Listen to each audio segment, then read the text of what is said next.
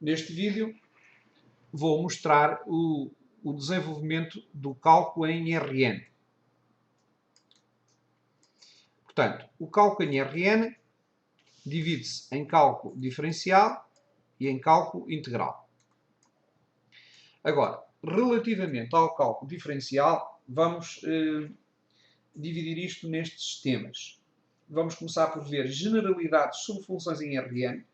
Portanto, o que é uma função, por exemplo, de R2 para R? Qual é que é o gráfico de uma função de R2 para R? Que os alunos têm a ideia de que o gráfico de uma função é uma linha, e neste caso é uma superfície, portanto é tipo um lençol a voar.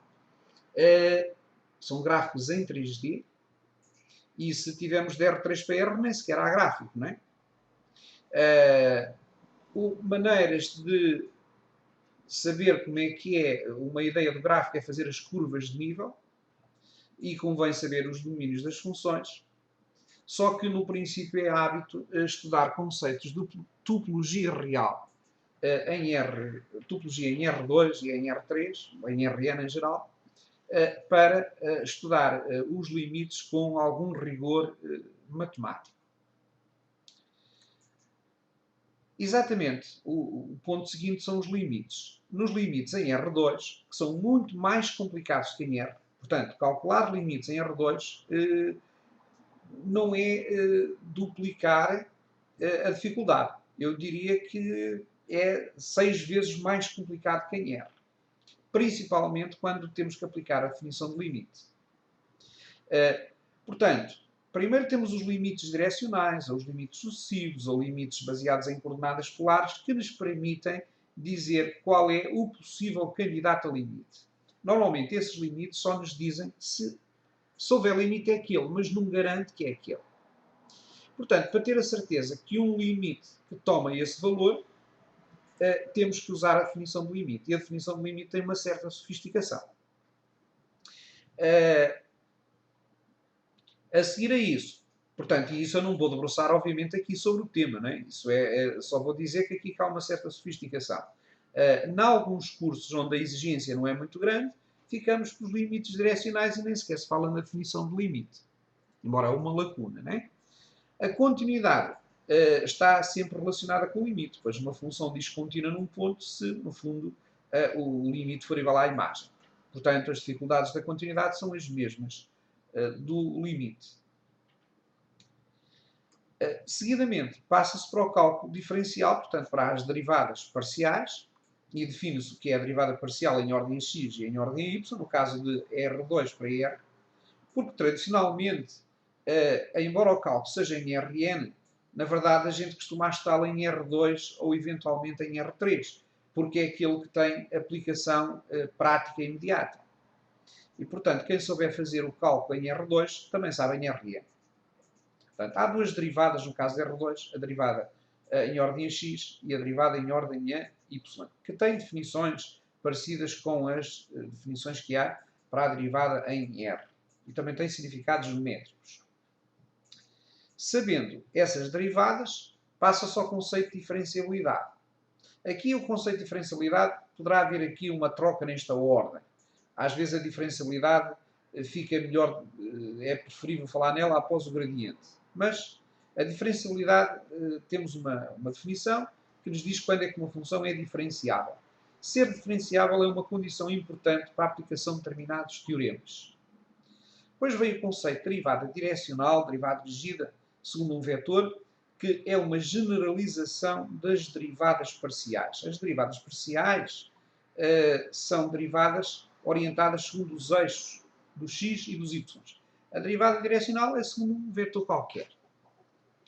Vem o vetor gradiente, que nada mais é que o vetor formado pelas derivadas parciais, o plano tangente a uma superfície que está relacionada com o gradiente, e a matriz jacobiana para funções vetoriais. Funções vetoriais de variável vetorial. Portanto, tipo funções de R2 para R3 ou de R2 para R2, coisas desse género. Aí, portanto, é uma matriz cujos elementos são derivados.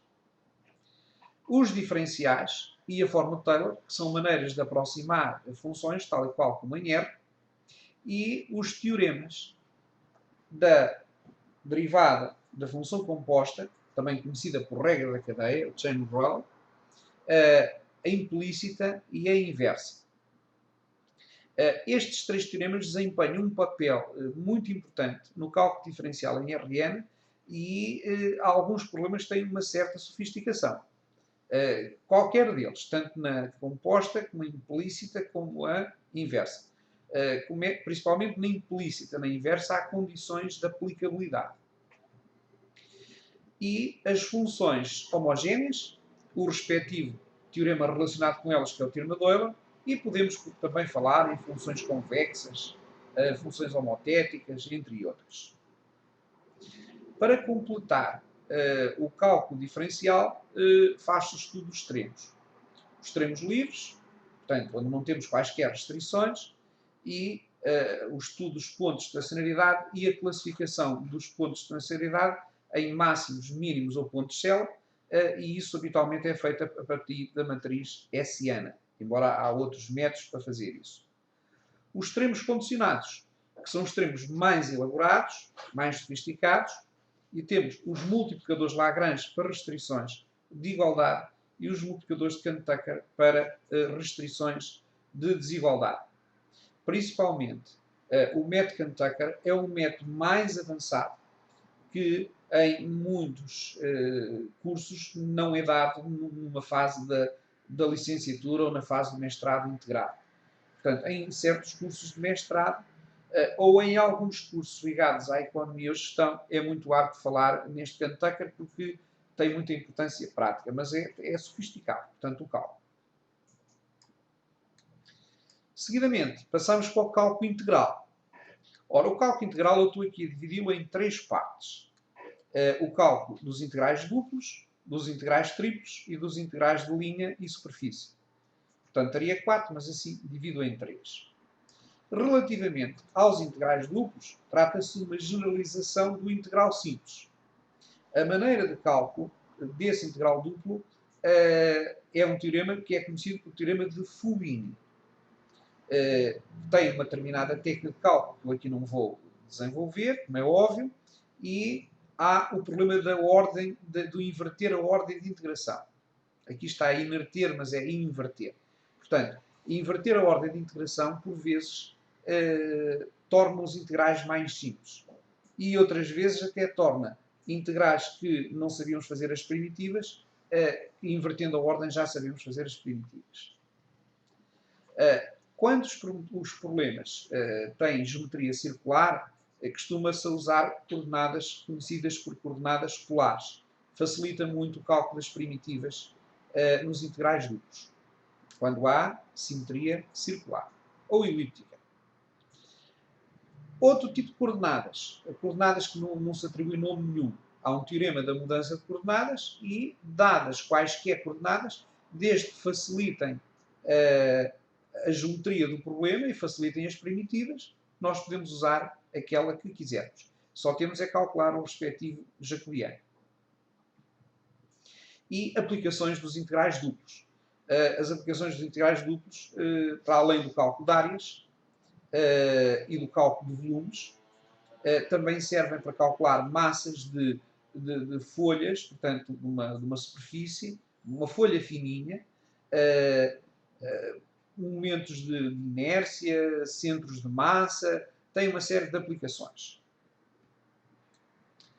Os integrais triplos é uma generalização natural do integral duplo.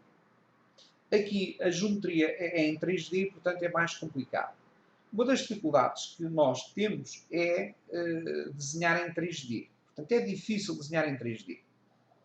A não ser que a pessoa tenha certos dotes artísticos do ponto de vista do design. Ora, temos dois métodos que nos facilitam a vida, que é o método dos cortes e o método das projeções. O método dos cortes e o método das projeções é uma maneira de ver as figuras tridimensionais em duas dimensões e, portanto, daí conseguir imaginar o que é que está a passar. E consegue escrever os índices de integração muito facilmente utilizando um dos métodos.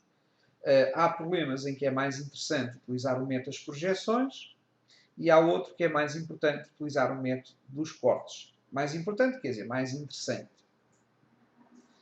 Também as projeções podem ser projetadas no plano x ou y, no plano x ou z e no plano y ou z, conforme der mais jeito. E tal como nos integrais duplos, os integrais triplos também têm mudanças coordenadas. As coordenadas cilíndricas são mais ou menos equivalentes às coordenadas polares, só que no espaço. As coordenadas esféricas devem ser usadas quando o problema tem simetria esférica, enquanto que as cilíndricas é quando o problema tem simetria cilíndrica. Mas não quer dizer que seja obrigatório, apenas é mais fácil. E aplicações dos integrais triplos, mais ou menos às mesmas coisas que disse dos duplos, como a volumes, como a massas, como a momentos de inércia, centros de massa, entre outras coisas. É claro que estes integrais triplos têm mais aplicação no campo da engenharia e, tradicionalmente, eu estou sempre a excluir desta matéria os cursos de matemática só. Portanto, eu estou a ver aqui a matemática como matemática aplicada. E por matemática aplicada eu entendo matemática aplicada à engenharia, qualquer ramo da engenharia, matemática aplicada à gestão, matemática aplicada à economia ou a qualquer outra ciência. A matemática pura está fora disto, porque essa preocupa-se mais com a demonstração dos teoremas e nós aqui preocupamos mais com a aplicação dos teoremas, deixando um bocadinho de lado a demonstração. Daí eu estar a apresentar isto numa perspectiva teórico-prática.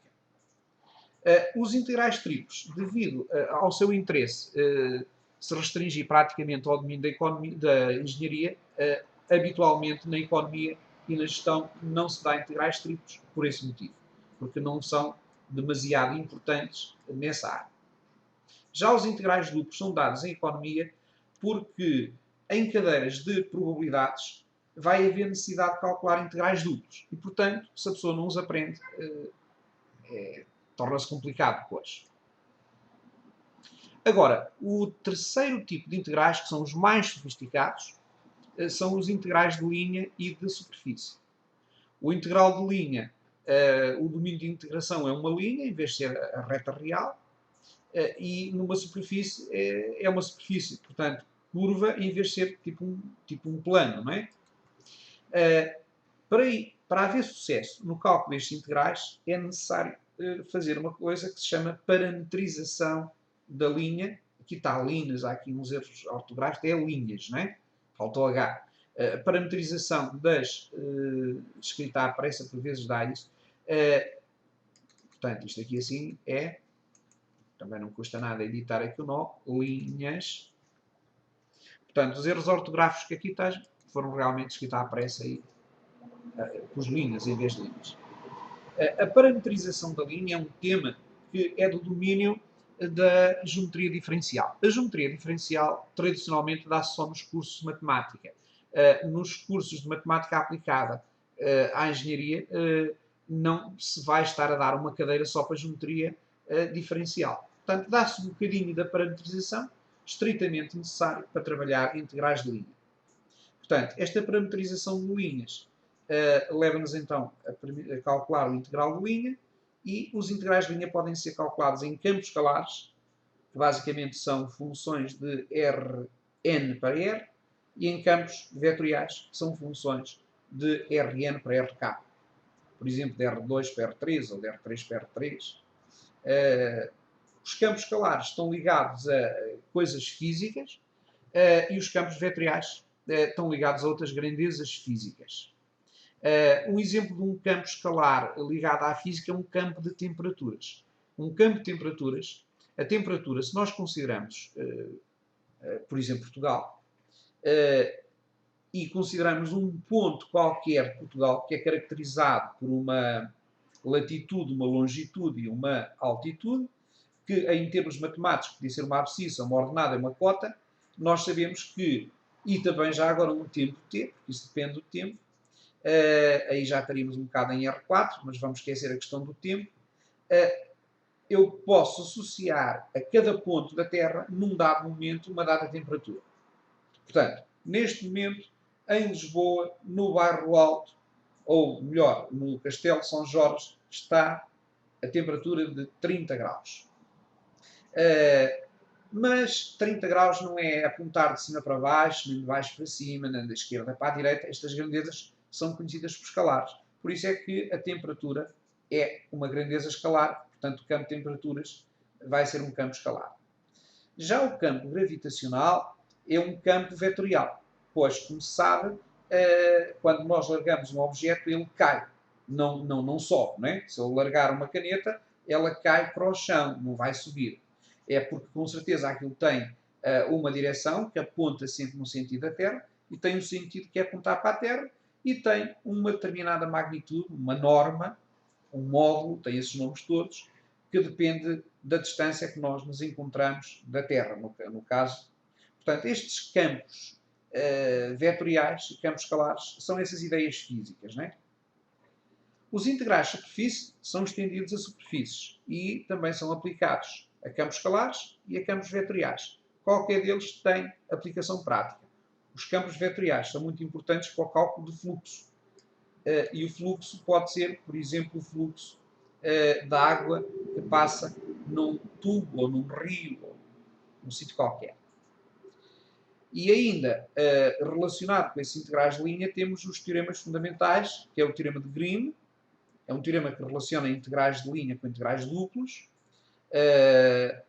O teorema da divergência de Gauss, que relaciona integrais de superfície com integrais triplos. E o teorema de Stokes, que relaciona integrais de linha com integrais de superfície. Portanto, se for mais fácil utilizar um ou outro, o teorema permite-nos fazer isso. Bem, e isto estuda o cálculo diferencial em RN, que tradicionalmente é a análise matemática 2 ou cálculo diferencial integral 2, ou matemática 2 no caso dos cursos de economia ou gestão. Obrigado pela atenção.